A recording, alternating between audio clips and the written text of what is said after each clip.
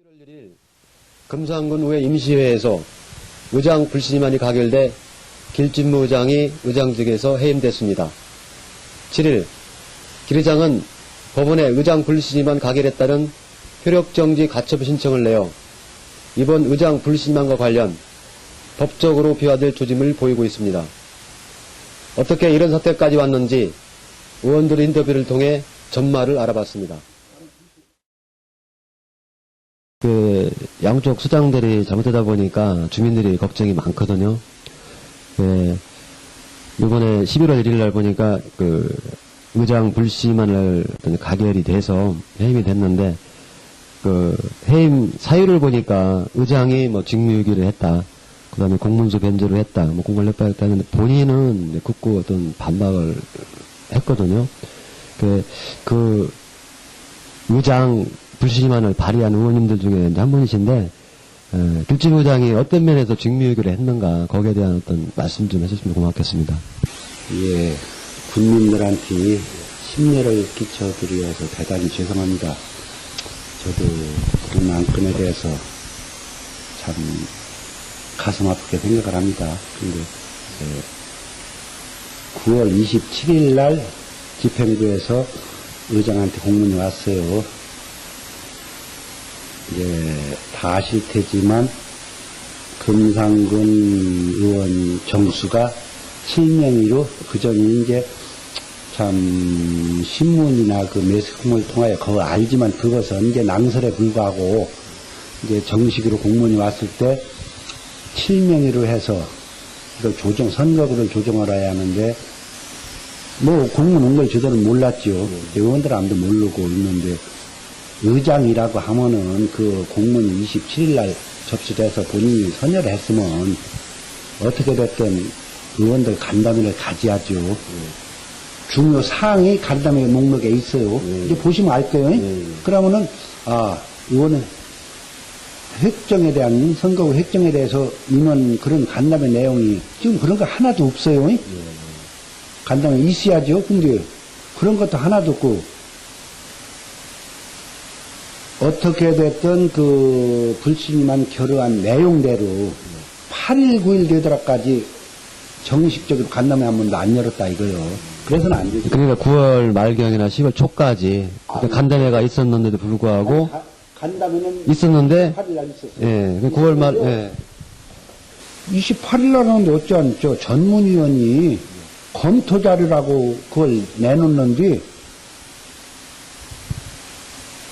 인구수 비료해서 몇 명 이런 걸 내놓더라 이거예요. 그래서 그거 하지 말라 그랬어요.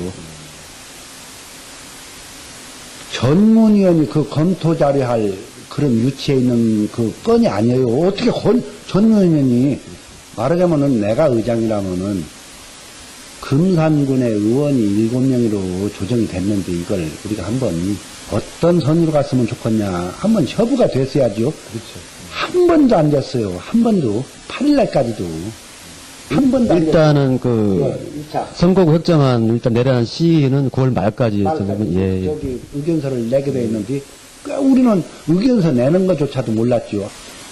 의견서 안 내갖고 이렇게 안 내려면 개인 의견서라도 내둘라 이거요. 그래서 내가 이게 문제가 되는구나 해서 의견서 썼죠. 우리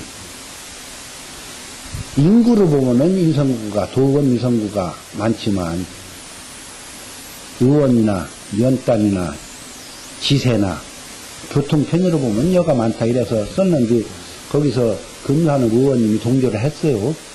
그래서 7명이 저들이 서류를 만들었어요. 예, 의견서를 딱 해서 도장 찍어갖고서는 그 이튿날 자치행정과 담당 계장한테 직접 줬어요. 이렇게 우리 의견서 이렇다고.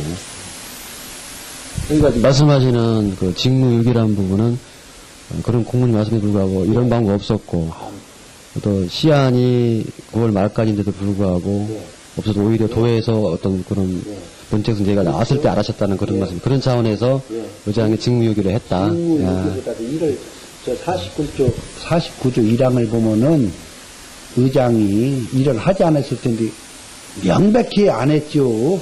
그건 누구한테 물어봐도 말하자면 1선거구가 됐든 2선거구가 됐든 의원들한테 물어보는 한 번이라도 했나 안 했나. 예, 이 문제가 법적인 문제까지 비화될 조짐이 보이는데, 일단, 의장 불씨만을 제출한 5분의 의원님들 말씀에 의하면, 의장님이 직무유기를 했다. 두 번째는 공용문서를 변조로 했다. 세 번째, 공갈 협박을 했다. 이 세 건을 가지고 의장 불씨만을 제출해서 가결이 돼서 지금 현재 해임된 상태입니다. 이 세 건에 대해서 우리 길침의장님의 의견을 듣고 싶습니다. 먼저 직무유기에 대한 부분에 대해서 한 말씀 해주시죠. 지금 선거구 획정으로 인한 이 문제가 의장의 직무냐 아니냐가 대두가 된 사항이고, 이 선거구 획정 문제는 지방의회의 의견을 묻는 그런 일반적인 사항이지 의결을 해서 달라고 하는 업무적인 사항은 아닙니다. 따라서 엄격히 따지면은 이 선거구 획정 문제 자체가 의장의 고유의 직무가 아니다. 그렇게 되면은 그 뒤에 직무유기라고 하는 부분이 성립되지 않습니다. 저는 이렇게 보고 있고, 만약에 또 성립이 된다고 가정을 할 적에 제가 답변을 드리고 싶은 것은 그분들이 직무유기를 하였다. 27일부터 10월 8일까지 아무런 조치를 하지 않았다는 얘기입니다. 그러면 제가 조치한 사안을 제가 말씀을 드릴게요. 23일 날 의원 간담회의 시 10월 4일 날부터 10월 11일 날까지 임시회의를 결정을 했어요. 그때에 이 선거구 획정 문제를 좀 더 연구를 해가지고 서로가 합의가 나올 수 있는 그런 대안을 찾기 위해서 지금 미리 배포되어 있는 자료를 갖고 연구를 하자 이렇게 해서 결정하는 사항입니다. 그래서 23일 날 11시에 간담회를 실시해가지고 이 문제는 10월 4일 날부터 10월 10일 날 사이에 우리가 모든 것을 결정해가지고 도의에 의견서를 제출하면 된다. 또 10일 날까지 해주겠다는 의견서를 해주겠다는 그 내용을 이미 도의에다가도 협의를 받아온 상태고, 직무유기를 했다 하는 것은 하나도 조치를 안 했다는 얘기예요. 하나도 조치 안 했다. 그런데 23일 날 분명히 간담회에서 27일 날 간담회는 없는 걸 했습니다.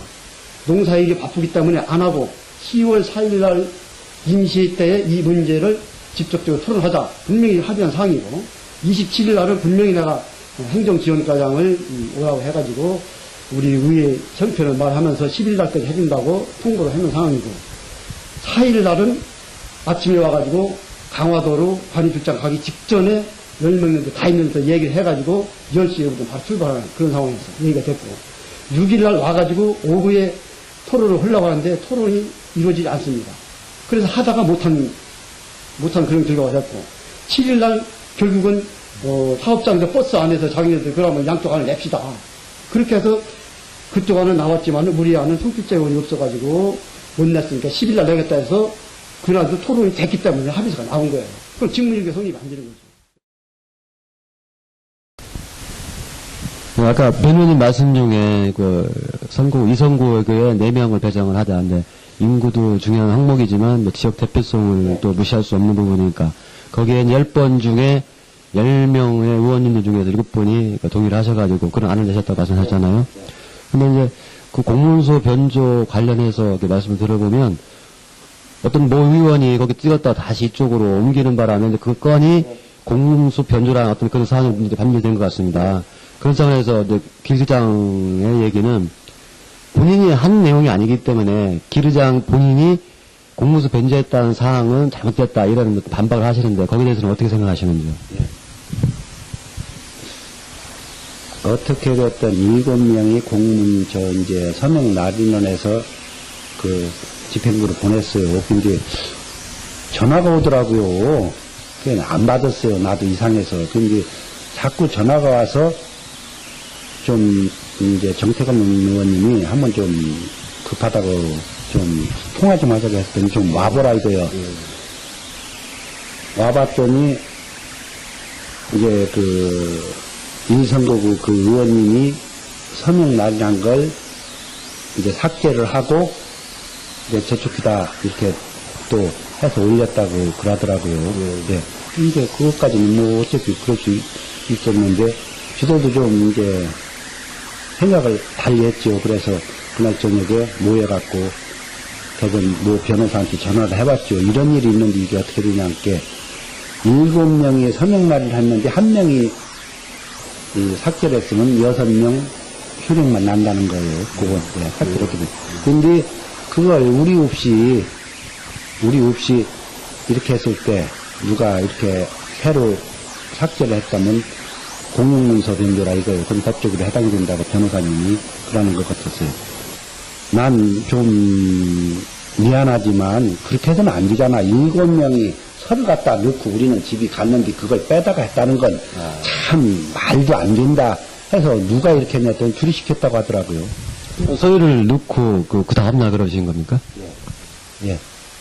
그런 차원에서 공문서 견제를 길장이 했다. 예.